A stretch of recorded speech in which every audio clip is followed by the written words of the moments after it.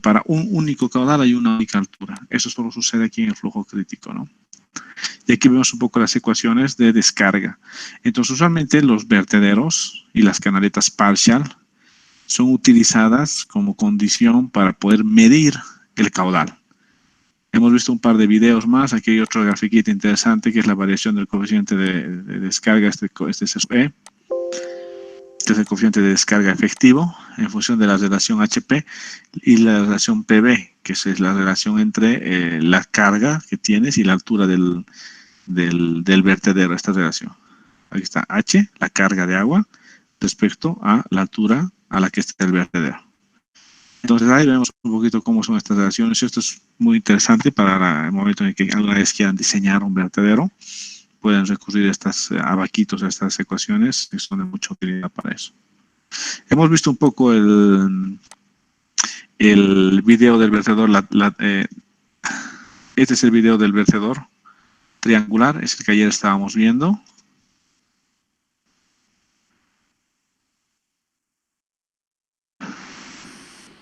Este que tiene su vertedor triangular. Está haciendo pasar el agua actualmente de izquierda a derecha.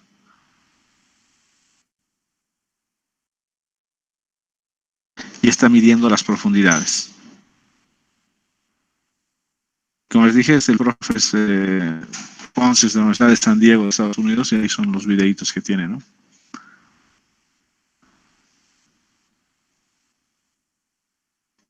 Entonces está revisando los niveles, va a medir el nivel de agua que hay en la aproximación.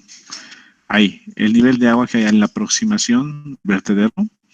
Y con ese nivel de agua que hay en la aproximación del vertedero va a calcular el caudal que está pasando sobre el vertedero. Sabe el tamaño del vertedero B. En este caso es un vertedero en B, que es toda la sección del canal. Si se fijan, todita la sección del canal es el vertedero. Y es un vertedero de 90 grados.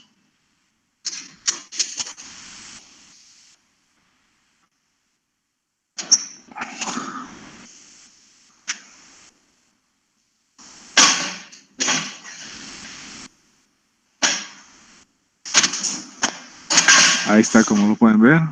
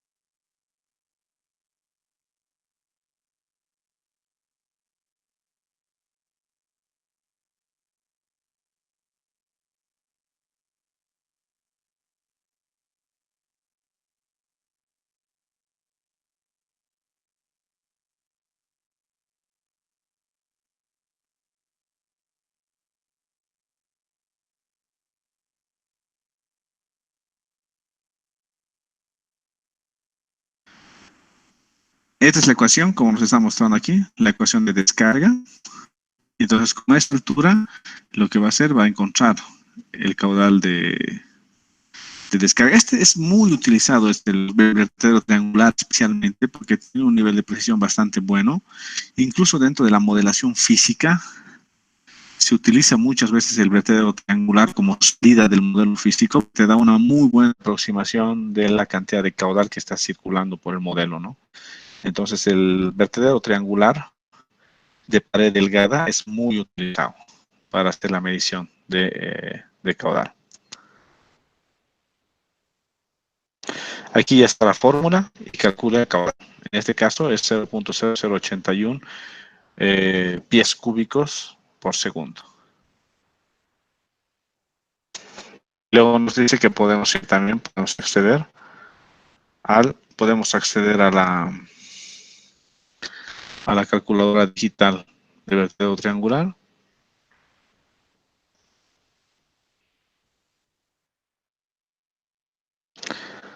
No está haciendo nada. Vamos a volver a la página de Ponce.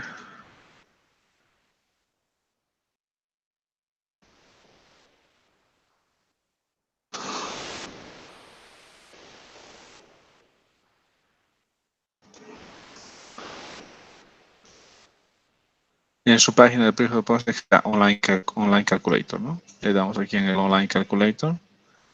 Y aquí nos va a mostrar estructuras de control. Esos son los perfiles de flujo y aquí están los vertederos. Vertedero en B de 90 grados. Y los distintos tipos de vertederos, ese es el que acabamos de hacer. Y aquí está, el vertedero en B de 90 grados, nos da la ecuación, nos da la altura que tenemos, el ancho que tenemos que ponerle, la altura a la que está, bueno, en el sistema internacional. Tengo una altura de aproximación de 0.2, sería 20 centímetros. Tengo un ancho B que va a ser de 1 metro en el canal. Y tengo esta altura P que va a ser que sea de 0.6 metros. Entonces estoy dando estos tres datitos, H, P y B, y con la ecuación esta de la va a calcular y me dice directamente que en unidades del sistema internacional el caudal es 0.0248. Esa es otra cosita que tiene interesante, es su calculadorita, ¿no? Entonces aquí tenemos otro tipo de vertederos ya trapezoidales, vertederos cuadrados, vertederos combinados, pueden haber, que sea triangular en la parte baja y cuadrada en la parte alta. Ahí están un poquito los abajitos para el diseño de vertederos. Aquí vemos un vertedero en un canal natural. Esto usualmente se hace cuando necesitamos saber el caudal que está pasando por este canal natural. Entonces nos servimos del vertedero. Entonces, hacemos un vertedero instalado en situ. Este vertederito lo podemos registrar los niveles con un equipo que esté aquí arriba, por ejemplo, un radarcito que esté midiendo los niveles cada 10 minutos o media hora y podemos saber exactamente el caudal que está pasando por este vertedero el momento, cada que registramos el nivel, ¿no? Entonces son utilizados estos vertederitos en este tipo de ríos o de arroyos que son bastante pequeñitos. Ahí sí se puede aplicar el vertedero, como vemos acá. Hay este tipo de relación LH, pH, vertederos rectangulares comprimidos estándar, distintos tipos de vertederos. Esto lo estoy pasando un poco rápido porque, bueno, ustedes tendrían que profundizar un poco más del diseño de vertederos ya en la materia de obras hidráulicas. A nosotros aquí en Hidráulica 2 lo único que nos interesa es el concepto básico del funcionamiento del vertedero, y el concepto básico del funcionamiento del vertedero es debido a la altura crítica que se genera como una condición de control en la aproximación al vertedero. Entonces, esa altura crítica hace que la relación sea única, y esa relación única nos da la ecuación del caudal sobre un vertedero. Luego, dependiendo del tipo de vertedero, dependiendo del tipo de aproximación, si es de cresta ancha, cresta angosta, depende de un montón de cosas. De todas esas cosas va a depender y la ecuacióncita va a ir cambiando, ¿no? Pero prácticamente el principio es el mismo. Aquí vemos, por ejemplo, la ecuación va cambiando, pero siempre el principio es que es Q multiplicado por algo por H elevado a la 3 medios. O sea, este es el principio de flujo sobre el vertedero. Y todo lo demás que pasa por aquí, por el medio, depende del tipo de vertedero, del tipo de cresta que tenga, de todo eso demás. Tenemos otro tipo de... Lo mismo para calcular otro tipo de vertedero. Aquí ya vemos preguntas, ¿verdad? Y algunos problemas, ¿no? Vamos a abrirnos por si acaso Vamos a hacer un ejercicio más. Lo vamos a sacar del Ventichao.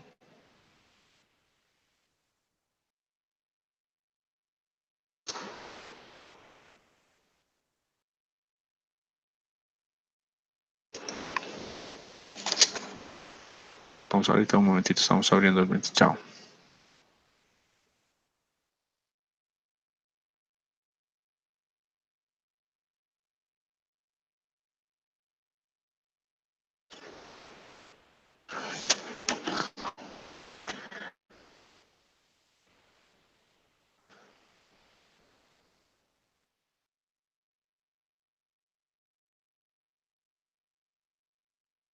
Vamos a ir justo al ejercicio que quiero ver, es este.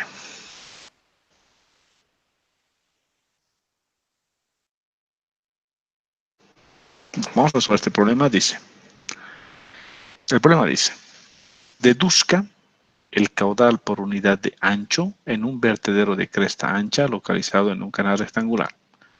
Este es mi canal rectangular y aquí está en el medio del canal rectangular un vertedero de cresta ancha, por eso es ancho. Y me está pidiendo que deduzca la ecuación de caudal, la relación altura-caudal por unidad de ancho. Entonces, ¿qué es este problemita? Si quisiera verlo.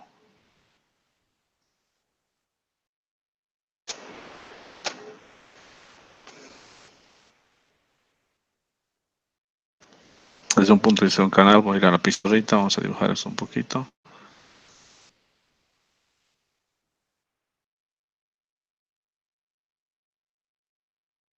Esto es lo que hicimos la anterior de la discretización, la voy a borrar para empezar aquí de cero.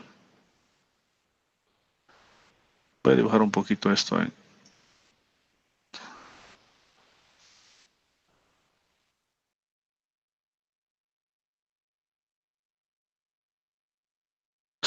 Es esto, tengo un canal.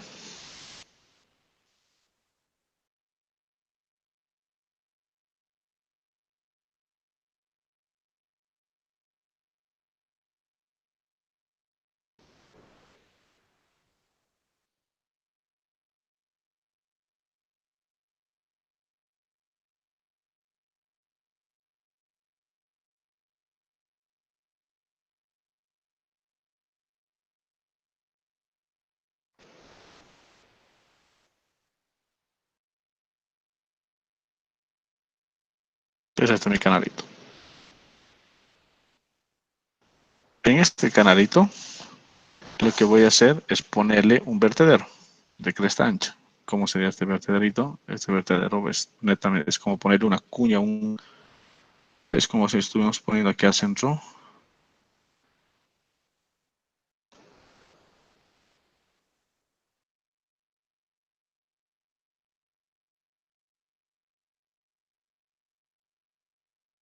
un ladrillo, o sea, no sé, imagínense una cuña, un ladrillo, algo que le estoy poniendo dentro de este vertedero. Este es el que me va a ocasionar esto, ¿no? Que el flujo venga, se amontone, pase por encima, haga esto y luego caiga por ahí. El flujo va a ser eso. Y basado en las lecturas que yo pueda hacer aguas arriba del flujo, en estas partes, que yo podría leerlo desde un sensor que tengo aquí arriba, por ejemplo, y que estoy leyendo ese nivel, voy a poder determinar cuál es el caudal que está pasando en esta sección. Esa es en sí la pregunta. Entonces me da la sección en la cual tengo el agua está fluyendo de izquierda a derecha. Tengo aquí el vertedero que está aquí. La altura del vertedero es H minúscula. Tengo las secciones 1 y 2. La sección 2 la he puesto en el medio del vertedero, que es un vertedero ancho, en el medio. Y la sección 1 le he puesto una sección de aproximación. Lo que va a pasar con el agua, aquí está la línea de la energía, es que al acercarse al vertedero y chocar en el vertedero y pasar por encima va a haber una cierta pérdida de energía, ¿no? Que es la reportada aquí, en esta gradita. Hay una pequeña pérdida de energía. Pero otra vez, como habíamos hablado del resalto hidráulico, esta pérdida de energía yo no la conozco. O sea, la puedo medir después, pero a priori no la conozco. Entonces, como hay una pérdida de energía, no puedo aplicar Bernoulli en el 1 y 2 porque la pérdida de esta energía para mí no es un dato, es una incógnita. Entonces, lo que no puedo aplicar Bernoulli, o sea, no puedo aplicar conservación de energía, pero sí puedo aplicar conservación de momentum. Entonces, lo que voy a aplicar es la conservación del momentum y entre el punto 1 y el punto 2. Entonces, como voy a aplicar conservación, lo que sé es que en la ecuación de momentum es el cambio de momentum entre la sección 1 y 2 es igual a la sumatoria de todas las fuerzas que actúan en este cuerpo que lo tengo delimitado. Entonces aquí tengo el 1 y el 2 y empiezo a ver qué fuerzas son las que actúan. Pues otra vez como el mismo principio que les dije antes, nos tenemos que imaginar que esto es como es un solo instante, es como una foto, y es como si yo estuviera haciendo una pecera en este volumen de control. Me estoy imaginando una pecera. ¿Ya? Entonces en ese instante empiezo a ver qué fuerzas actúan sobre cada una de las caras. Sobre la cara aguas arriba, la fuerza que actúa es la fuerza debido a la presión. Aquí tengo la ley hidrostática de presiones, me forma aquí mi prisma de presiones. Y con mi prismita de presiones calculo el volumen y tengo la fuerza. Este volumen, el W aquí es el peso específico del agua. Entonces tengo que calcular el área de este triángulo. Aquí abajo sería la profundidad Y1. Y1 por W es la base. Entonces el área es base por altura sobre 2. Entonces sería Y1 por W por Y1 sobre 2. Entonces sería BWY1 al cuadrado sobre 2. Entonces esta multiplicado por el ancho, que en este caso es ancho unitario. Entonces multiplicado por 1 sigue siendo lo mismo. Y lo que ya tengo es el volumen de este prisma.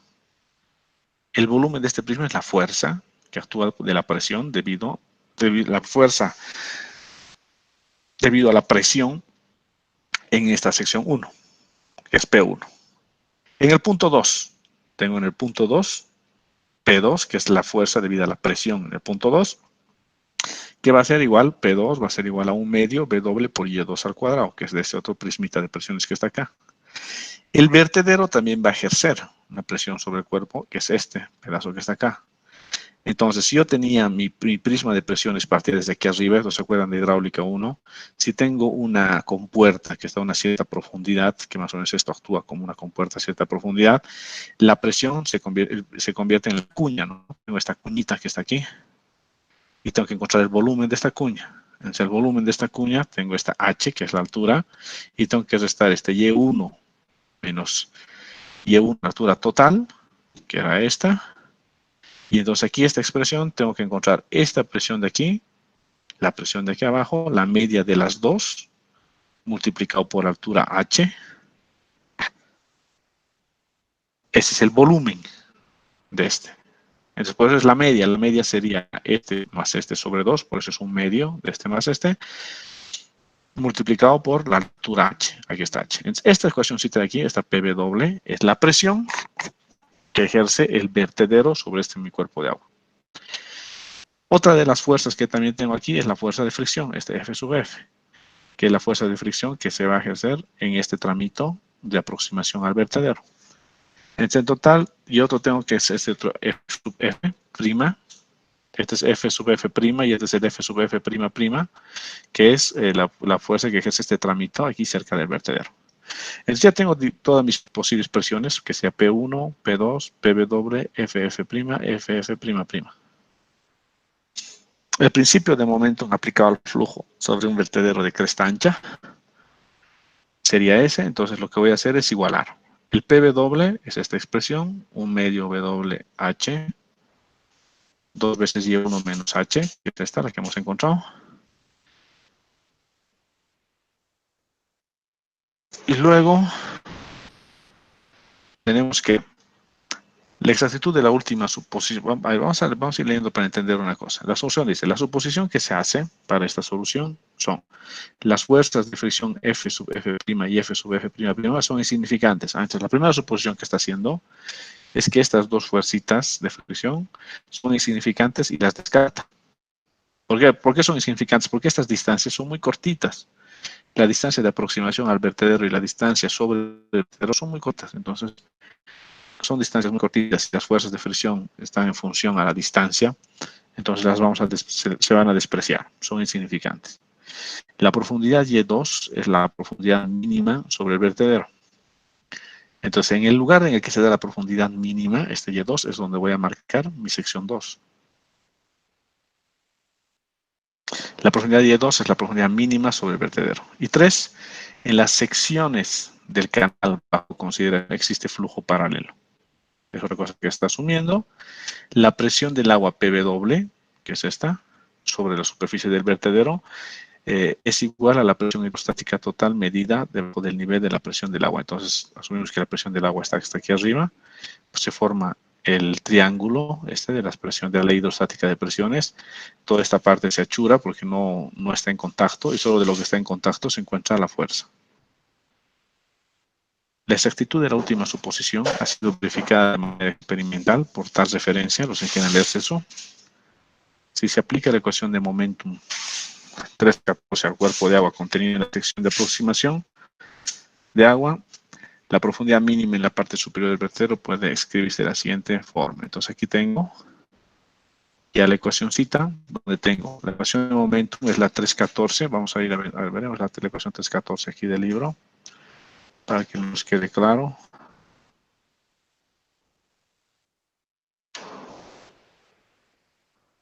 Hasta la 3.15.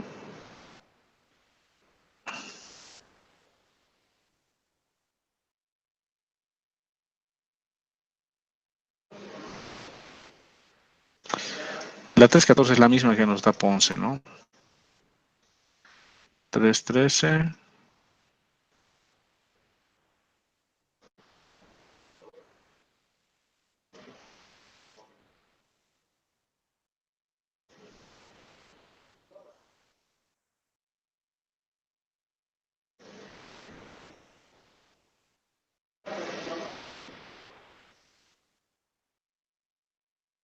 La 3.14 no está en este libro, ahora que me acuerdo, porque se salta la 3.15. La 3.14, pero es la igualdad, es esta ecuación que está en el libro de, en el libro de Ponce.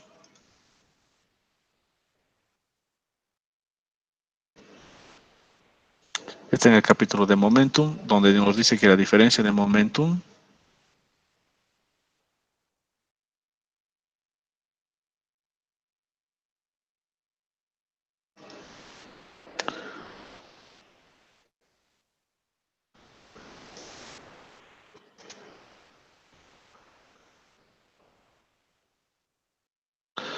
no encuentro ahorita, pero es esta, la ecuación es la que dice que la igualdad de momentum es esta, es igual a la sumatoria de todas las fuerzas. Entonces lo que va a hacer es esto. Este es el cambio de momentum por unidad de ancho. Aquí está el cambio de momentum. Va a ser igual a todas las fuerzas. ¿Cuáles son las fuerzas que actúan? En este sentido es P1 y en el otro sentido menos P2 menos PV doble. Y eso he puesto aquí P1 menos P2 menos PV doble. Son todas las fuerzas que actúan. Y en este costadito está la igualdad, el cambio de momento. Entonces, de esta ecuacióncita que tengo aquí escrita, Q es el caudal que yo quiero despejar, que es el caudal por unidad de ancho. Y1 y 2 son las alturas que yo mido. Y aquí tengo las fuerzas, el P1, el P2 y el PV doble. Algunos experimentos hechos por otros autores han demostrado que en promedio Y1 menos H es igual a 2Y2. Lo que me dice es que Y1 menos H es igual a 2 veces Y2. Entonces hay mucha gente que ha ido midiendo este tipo de experimentos en el laboratorio, como hemos visto ese experimentito, y han visto que la resta de este Y1 menos H, que es este H mayúscula, es igual a Y2, a 2 veces Y2. O sea, esta alturita se repite 2 veces, que aquí más o menos se ve aquí en la figurita, ¿no? Una vez, 2 veces. Entonces, basado en esta otra consideración que se da, que es 2 veces Y2, esta, lo que va a hacer aquí es va a obtener una funcióncita de Y1 en función de Y2. O Y2 en función de Y1, donde va a ser Y2, si tú despejas de aquí, va a ser igual a Y1 menos H dividido entre 2. Y eso tú lo vas a despejar acá, en estos Y2 que aparecen aquí. Y al final vas a tener una única expresión del caudal que está en función a la gravedad, está en función a Y1, que es medible. Este Y1 es medible, este de aquí. Es el que yo voy a medir todo el tiempo, que es la altura de aproximación, que es lo que hace en el experimento, es lo que mides este Y1. H, que es el tamaño del vertedero, yo lo conozco porque yo mismo lo he puesto el vertedero. H, Y1, H, y este H de aproximación, que no es nada más que la diferencia, este H, entre Y1 menos H minúscula, y es el H mayúscula. Entonces, todos estos datos son medibles. Y1 es medible, H es la altura del vertedero, y este H es la carga de aproximación, que es medible, gravedad la conozco, entonces esta ecuación lo que me va a decir es el caudal por unidad de ancho para este vertedero. Y es la ecuación que utiliza Ponce en su calculadora. Es la ecuación que también utiliza en el video que hemos visto al inicio. Esa es la ecuación que se utiliza. Esta. ¿Alguna consulta de eso, de la determinación de ecuaciones para el cálculo de flujo a través de vertederos? Doc, entonces, ¿ese H mayúscula sería 2 veces Y2? Sí, este H mayúscula va a ser 2 veces Y2. Sí. Que sería esta, ¿no? La diferencia. H mayúscula es 2 veces Y2, sí. Pero el Y2 no lo estoy midiendo, ¿no? ¿Por qué? Porque no voy a tener dos equipos registrando Y1 y Y2 todo el tiempo. La idea es con un solo equipo, en un solo sitio, registrar y poder medir el caudal midiendo la altura en un solo lugar. Entonces, para hacer eso, que sea en un solo lugar la medición de la altura, es que yo aplico esta ecuacióncita empírica que me dice que Y1 menos H va a ser igual a 2 veces Y2. De esa manera que H siempre la voy a tener, porque H va a ser la resta entre Y1 y H minúscula, y todo va a ser medible en un solo punto. Midiendo esta única alturita Y1 y conociendo el tamaño de mi vertedero, voy a poder saber siempre el caudal que está pasando por esa sección.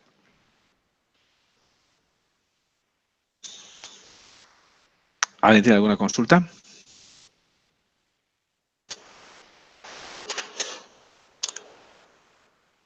Aquí en el laboratorio afuera, en el patio trasero, tenemos el sistema de canales. Y en el sistema de canales tenemos este tipo de vertederos aquí para medir, ¿no? Usualmente la última práctica que hacemos en el semestre es en ese canal. Pero a ver si alcanzamos este semestre a hacer alguna práctica, vamos a ver. Pues, pero bueno, usualmente este sistema de canales de tipo de vertederos lo tenemos nosotros afuera. Pero veamos si alcanzamos a hacer algo este semestre o no. ¿Alguna pregunta hasta aquí? En gráfica, Y sub C es la altura crítica. Vamos a la gráfica. Sí, en esta gráfica Y sub C es la altura crítica. Y sub C es justamente lo que les he dicho, en la aproximación. En la aproximación tiene que pasar por la altura crítica. Entonces Y sub C sí es la altura crítica.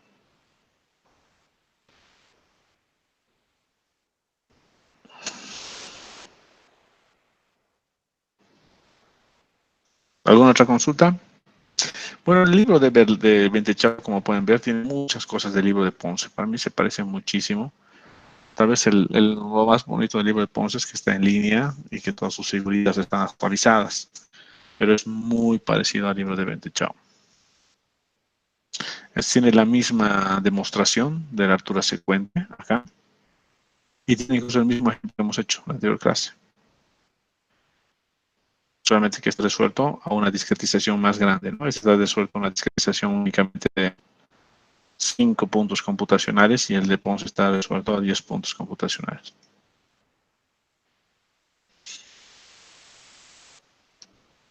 Y con eso termina este capítulo, el capítulo de flujo crítico. ¿Hay alguna pregunta?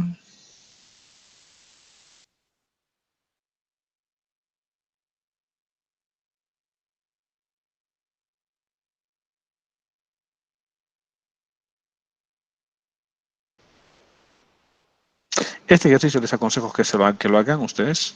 Es el ejemplo 3.1, que es en un canal rectangular.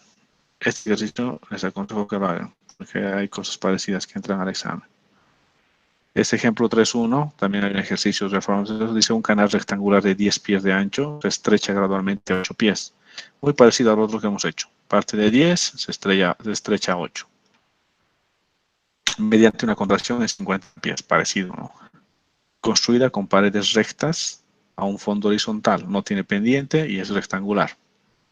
Si el caudal es de 100 pies cúbicos segundo y la profundidad es de 5 pies en el lado de aguas arriba, eso quiere decir que aquí es de 5 pies, aquí está, 5 pies, aguas arriba.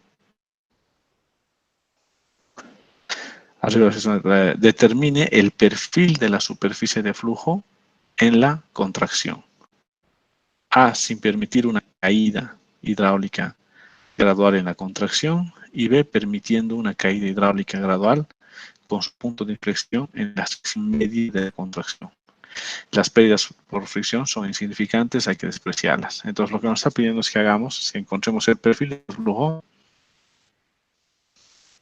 para este canalito. Entonces, sale de 10, llega hasta 8 de ancho, transporta 100 en una longitud de 50.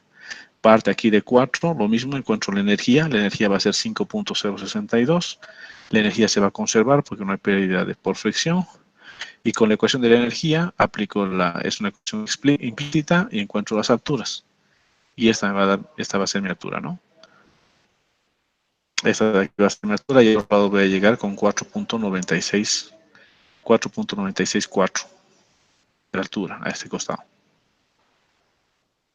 Tengo aquí la línea de profundidades alternas, tengo la línea de profundidad crítica, que es esta, la altura crítica. Tengo esta es la altura crítica. Y hemos dicho que siempre para el mismo canal va a tener dos alternas, ¿no? Que tienen la misma energía. Una altura aquí arriba que es la subcrítica y una altura aquí abajo que es la supercrítica. A esta le vamos a llamar la que es alterna.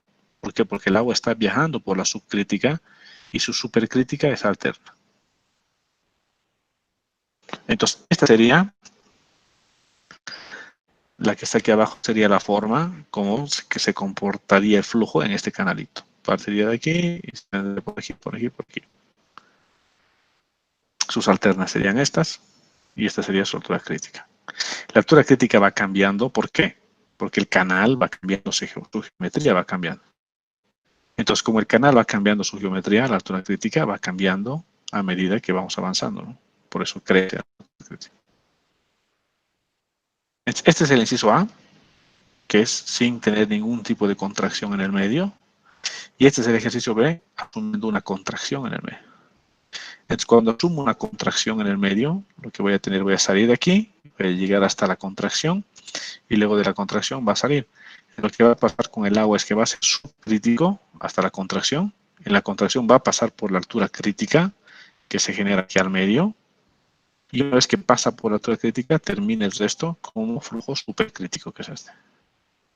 Su altura crítica es esta, la punteada. Así, así, así, así, viene aquí, coincide con esto y luego va a seguir la altura crítica.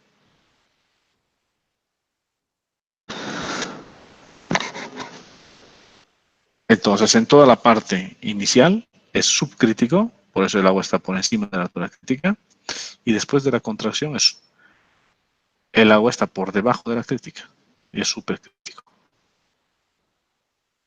Y estas son sus profundidades alternas, ¿no? Su profundidad alterna.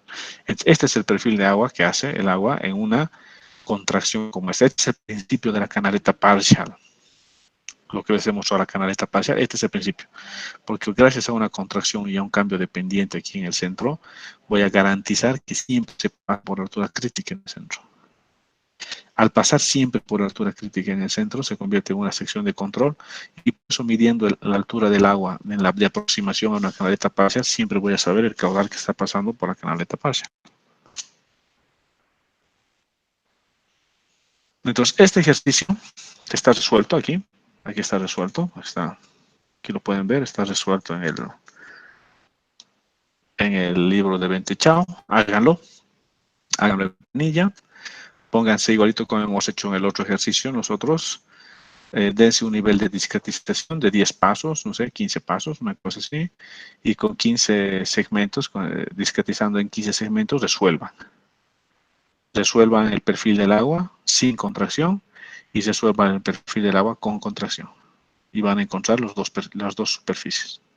En este ejercicio, háganlo.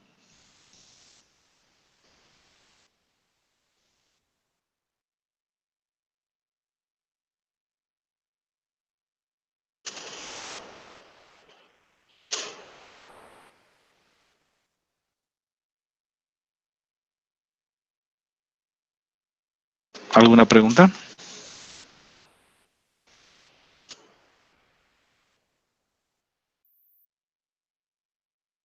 ¿Tienen alguna consulta de esto?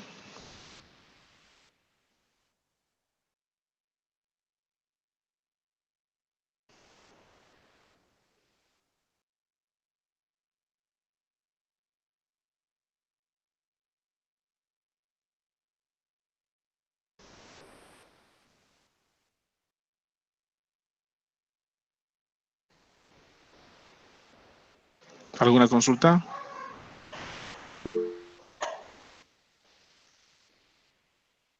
Ya, no hay preguntas entonces.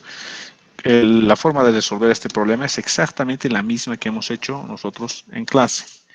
La misma planillita que hemos resuelto. El ejercicio de Ponce es exactamente la misma. Tenemos que discretizar lo mismo en los mismos pasos, mantener la energía constante, todo idéntico.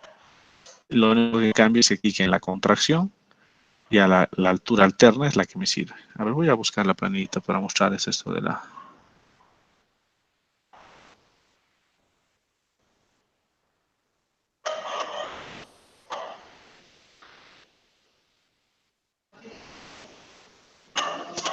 Quiero ver si está aquí. A ver, voy a ver una planilla. Quiero mostrarles una cosita que es importante.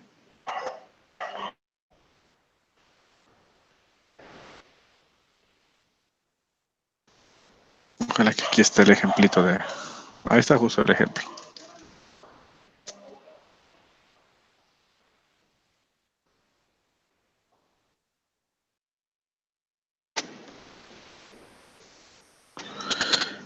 Ya, entonces aquí es así. Lo que queremos encontrar es la altura alterna. La altura alterna significa que va a tener la misma energía. Esa es la energía. La energía en este caso, en el ejercicio que hicimos del libro de Ponce, salía aquí desde aquí. Este es el perfil de aguas arriba y tiene una energía de 10.25. Si tiene una altura de 10.25, que es esta, lo que esto es en función de B y de Y. Entonces, la manera de encontrar este 10.25 es con dos alturas. Una que es esta altura de 0.487. Por eso si le doy solver aquí, esto quiero mostrarles, le vamos a dar. En este vamos a demostrar. Aquí tengo, esta es mi función objetivo. Tiene que igualarse a 10.25 y tiene que cambiar la celda, esta, la de Y1. Si le doy solver ahorita, me va a decir que ya lo encontró la solución. Y la solución es esta, ¿no? Esta es la solución supercrítica. Y tiene una altura alterna que es subcrítica, que está por encima de la altura crítica. Esa altura alterna, que es supercrítica, para poder encontrarla en el Excel tengo que darme una condición de borde alta. Voy a poner un 9 ahí inicial y le voy a dar solver.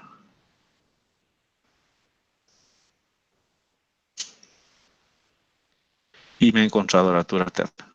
Entonces, este valor 10.18 es la altura alterna, porque sigue siendo la misma energía, 10.25. Es como ustedes en cálculo encontraban las raíces de una función, ¿no? Las veces que intersectaba. Lo mismo estoy haciendo. Estoy encontrando las veces que esa funcióncita intersecta con el eje. Estoy encontrando las raíces. En este caso, esta funcióncita tiene dos raíces. Y esas dos raíces me dan las dos alturas alternas. La supercrítica y la subcrítica. Entonces, de esa manera, ustedes van a poder calcular las dos alternas. La supercrítica y la subcrítica. Y eso es lo que necesitan para el problema de Bentley-Chao. El problema de Bentley-Chao lo que hace es encontrar las dos. Encuentra la línea de profundidad alterna y la línea de superficie de agua. Y en función a la alterna y a la del agua vas a poder encontrar esta caída, este cambio. ¿Alguna consulta con lo que acabamos de hacer en el Excel? De encontrar esta alterna. Entonces, para poder encontrar la alterna, únicamente tengo que cambiar eso, ¿no? La condición inicial. Si le vuelvo a poner aquí un 0.5 de condición inicial y le vuelvo a decir que recalcule con el solver, va a volver a recalcular y la que va a encontrar la solución y la que va a encontrar es la 0.48, que es la supercrítica. Y si quiero encontrar la subcrítica, otra vez le doy un valor alto de condición inicial, le digo que calcule, va a calcular y va a encontrar la otra. Entonces siempre vas a poder encontrar las dos, la supercrítica y la subcrítica. ¿Alguien tenía una pregunta? A ver, hágala.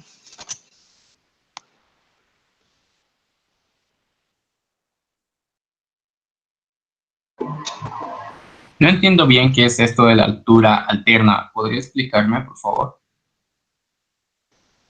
De la altura alterna, ya. A ver, ahorita nos vemos.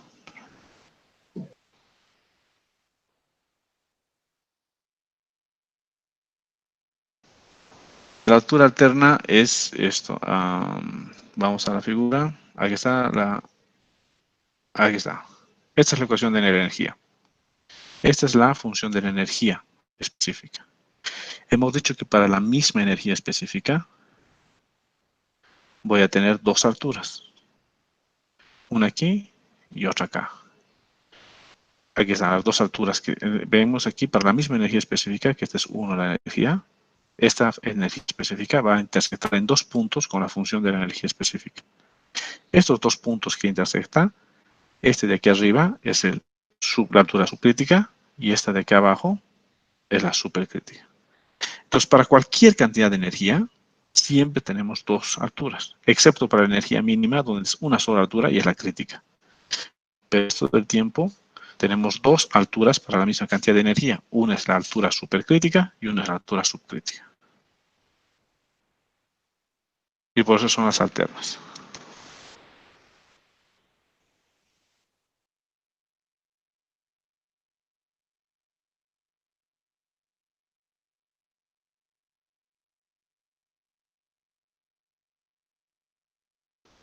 ¿Está claro?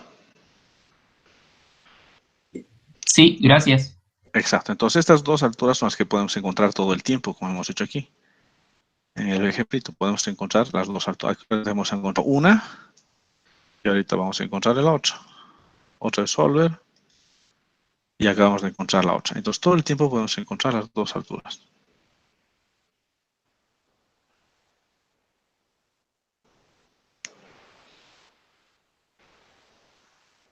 Ya. Entonces, este ejercicio necesito que lo puedan resolver.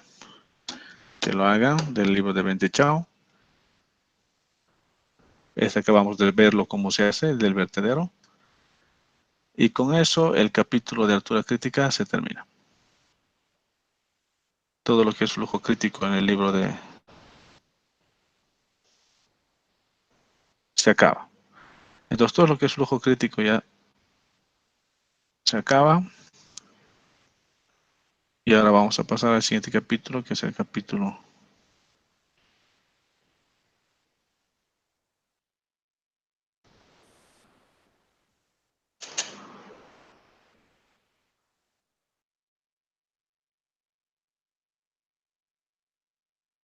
Vamos a volver otra vez a abrir el índice del libro.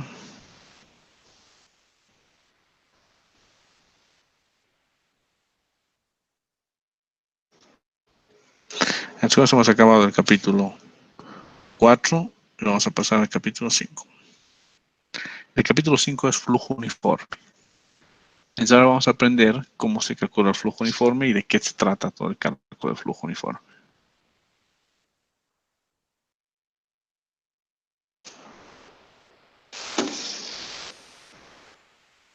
Entonces el flujo uniforme no es nada más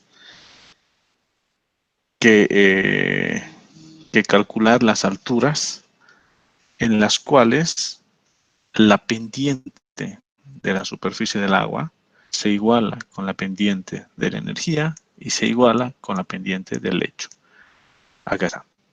Esa es la condición de flujo uniforme de normalidad de flujo.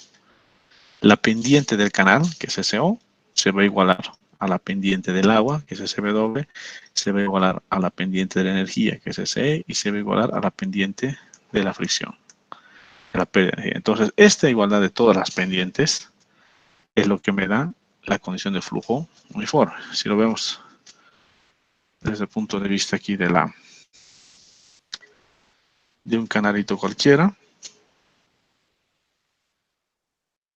si yo tengo esta pendiente de mi canal y calculo la altura normal, para poder calcular la altura normal de este canalito,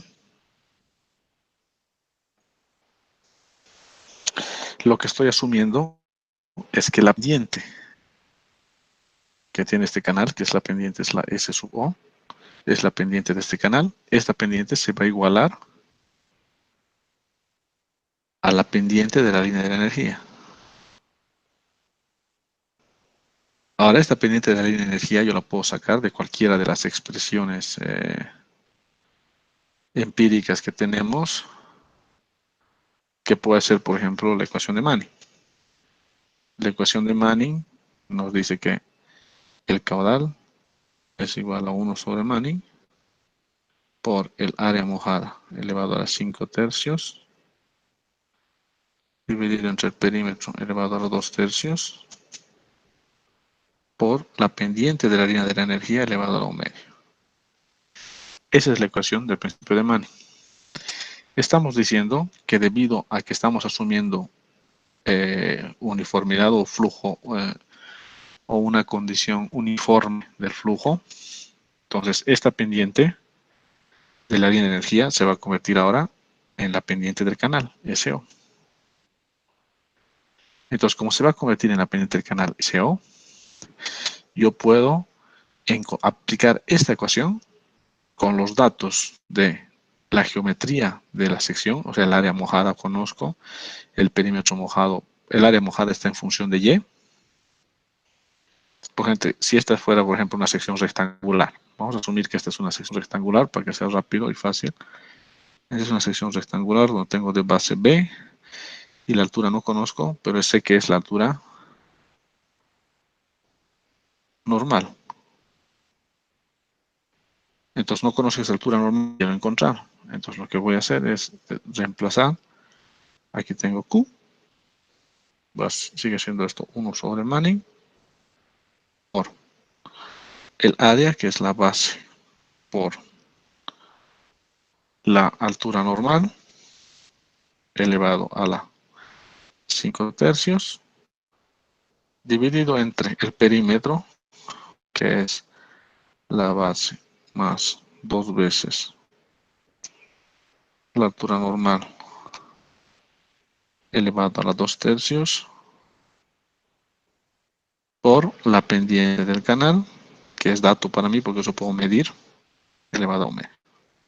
Entonces, de esta ecuación que acabo de escribir ahora, ¿ustedes creen que se puede despejar la altura normal? ¿Pueden despejar de esta ecuación la altura normal?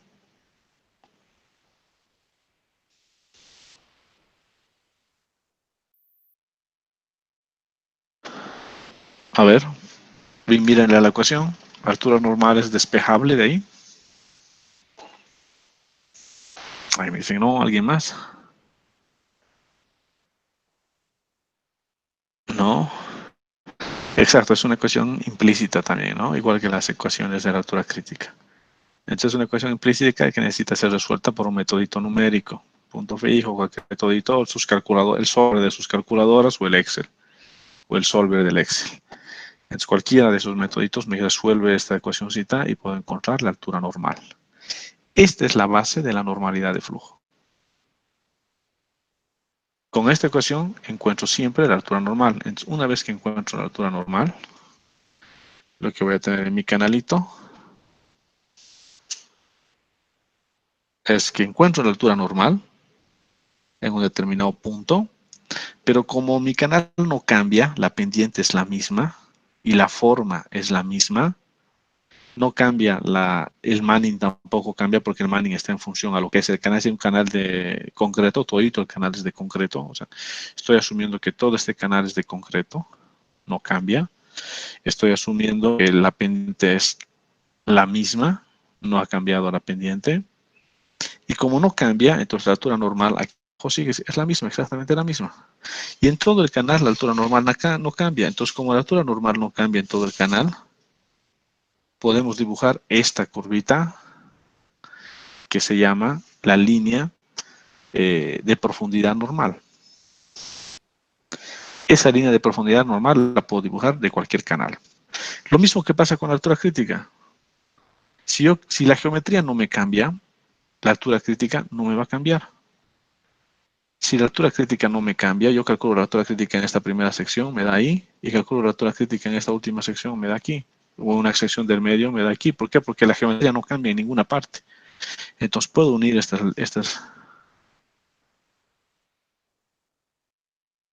puedo unir todos estos puntitos.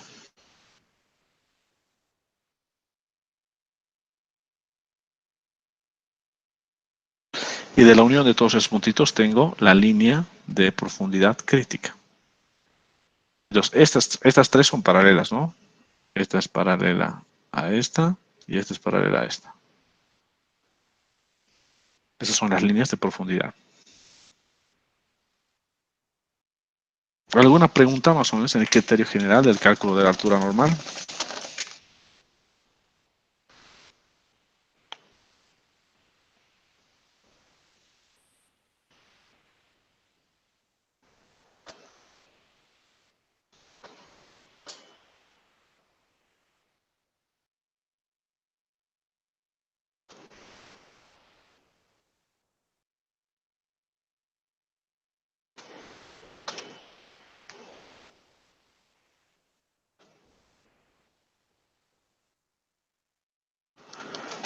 ¿No hay preguntas? ¿Alguna consulta?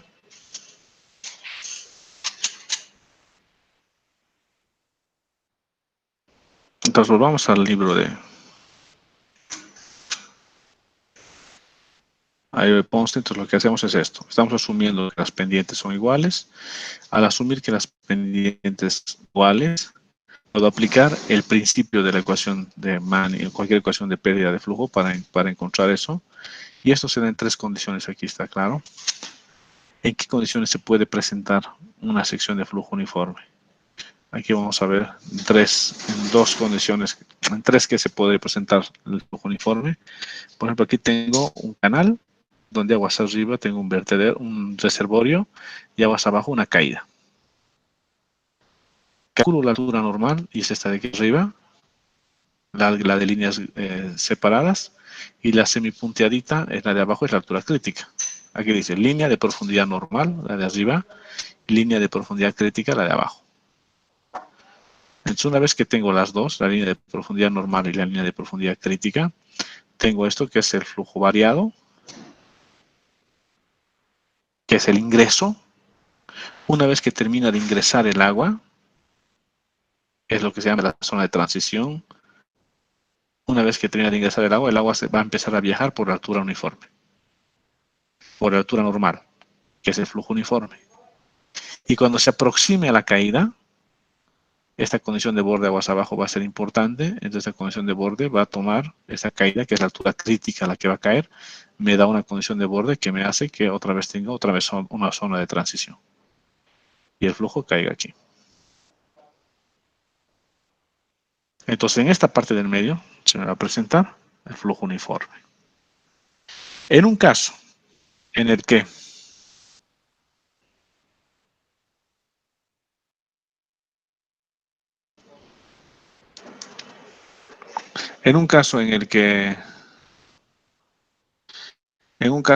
la altura crítica se iguale con la altura uniforme, en este caso la línea de profundidad normal se iguala con la crítica, fíjese la pendiente. En este primer caso es una pendiente suave. En este del medio la pendiente ya está un poquitito más pronunciada. Entonces hemos llegado a un momento en que la pendiente del canal se ha igualado a la pendiente crítica. Como la pendiente del canal se ha igualado a la crítica, entonces las dos alturas se han sobrepuesto. La altura crítica con la altura normal se han sobrepuesto. Como se sobreponen es esta de acá. Como es esta de acá la que se ha sobrepuesto, la altura sobrepuesta, entonces el agua va a viajar sobre la altura crítica y sobre la normal. Es lo que llamamos flujo, se presenta el flujo uniforme en promedio, porque va a viajar en onditas el agua, ¿no? Les he dicho que cuando el agua está en una zona crítica, cuando está en flujo crítico el agua, viaja en forma de onditas. ¿Por qué? Porque su celeridad se iguala a su velocidad media. Entonces, en promedio, va a tener una altura normal. Y este ya es cuando le aumento la pendiente aún más. Entonces, en este caso, la pendiente del canal es mayor que la pendiente crítica. La altura de profundidad crítica ya queda por encima y la altura de profundidad normal queda por debajo. Y el agua hace su inflexión en el momento de ingreso al canal y luego viaja por la altura normal hasta la caída. Entonces, estas son tres situaciones. Estas son tres situaciones en las que sucede la altura normal, ¿no? acá a la altura normal, acá a la altura normal, acá a la altura normal, en canales medidos, ¿no? En canales controlados, canales de ciego, en canales, pero lo que aquí se presenta en canales, si tú tienes un río con una pendiente más o menos constante y cosas así, puede llegar a presentarse en algunos tramos que está viajando a una profundidad normal también, ¿no?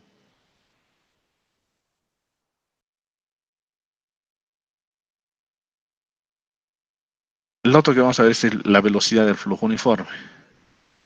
Entonces, la velocidad del flujo uniforme es esta expresión, es la expresión general de la velocidad del flujo uniforme, que es la que han determinado muchos de los autores del siglo XIX, como son Chessy, como son Manning Strickler, toda esta gente, Hazen Williams, todos ellos han agarrado esta ecuacióncita y basados en datos de laboratorio han calibrado el parámetro C, el parámetro X y el parámetro Y. Entonces, si tú ves la forma de la ecuacióncita, este C, X y Y va cambiando de autor en autor. Por ejemplo, para Chessy parte de una igualdad, esto no voy a hacerlo mucho porque es parte de una igualdad de fuerzas, pero al final Chessy a lo que llega es a esto,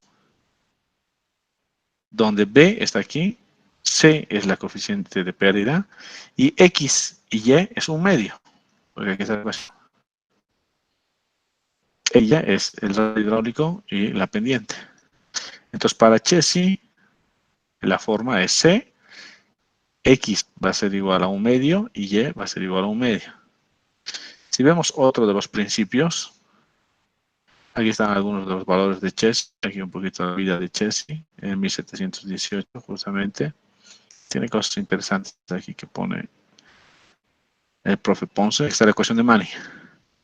La ecuación de Manning es esta, donde si vemos el 1 medio es el coeficiente de pérdida, el X es 2 tercios y el Y es 1 medio. Estas son unidades internacionales y estas son unidades inglesas para la transformación del Manning N, ¿no? Porque por si acaso este Manning N tiene unidades, ¿no?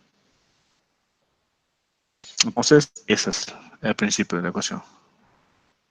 Dame un cachito, por favor.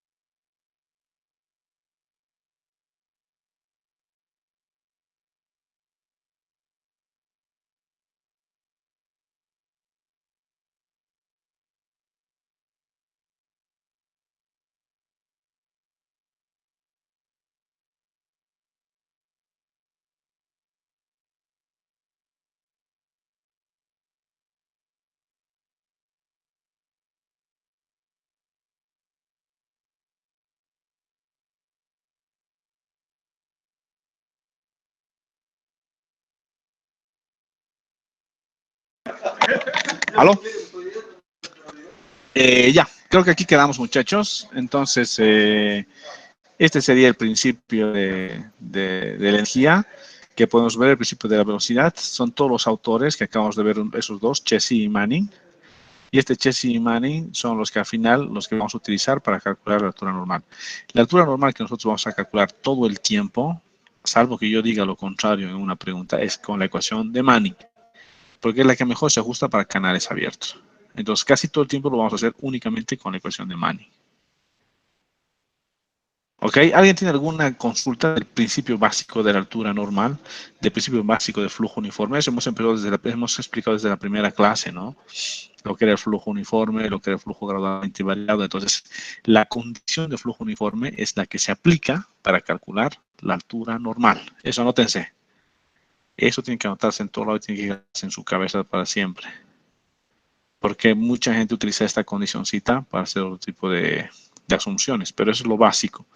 Lo básico es que la condición de flujo uniforme es la que se aplica para encontrar la altura normal de un sistema. Ok, me parece que estamos bien aquí. Vamos a hacer ejercicios en la próxima clase. Aquí vemos un poquito de la historia, nos muestra los coeficientes de Manning. ¿Cómo va? Este es Manning, la fórmula de Manning. Aquí está el requito de la historia de Manning, que es siempre interesante leerse. Si tienen tiempo, les aconsejo que se vean, porque es interesante ver, digamos, quién se ha basado en quién, ¿no? Weisbach, por ejemplo, era otro de los que había desarrollado en 1845, en 1851 nace la ecuación de Saint-Venant.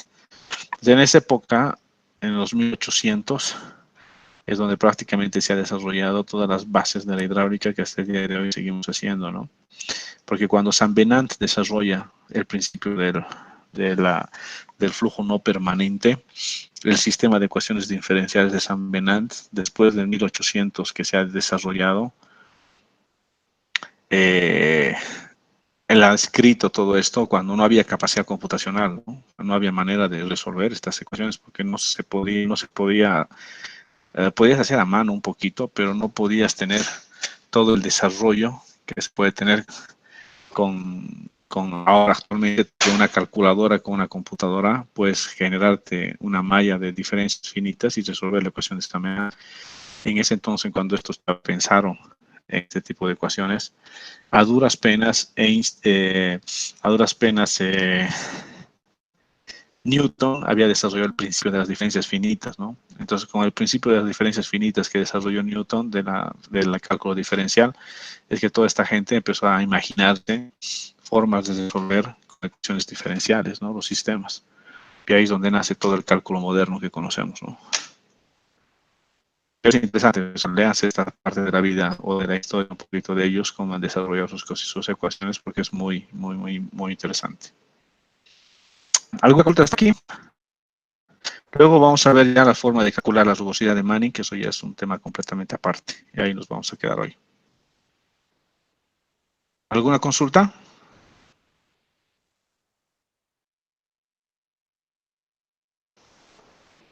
¿Está claro lo que es flujo uniforme, lo que es flujo crítico, lo primero que hemos visto en la clase de hoy?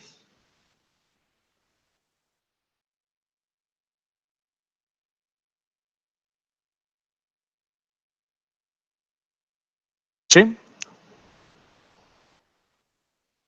¿No hay dudas?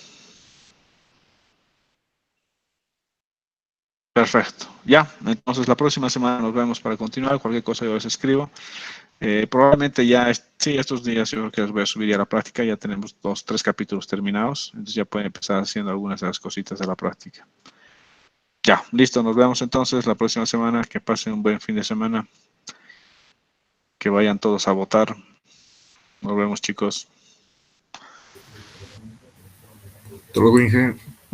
Chao, chao. Chao a todos.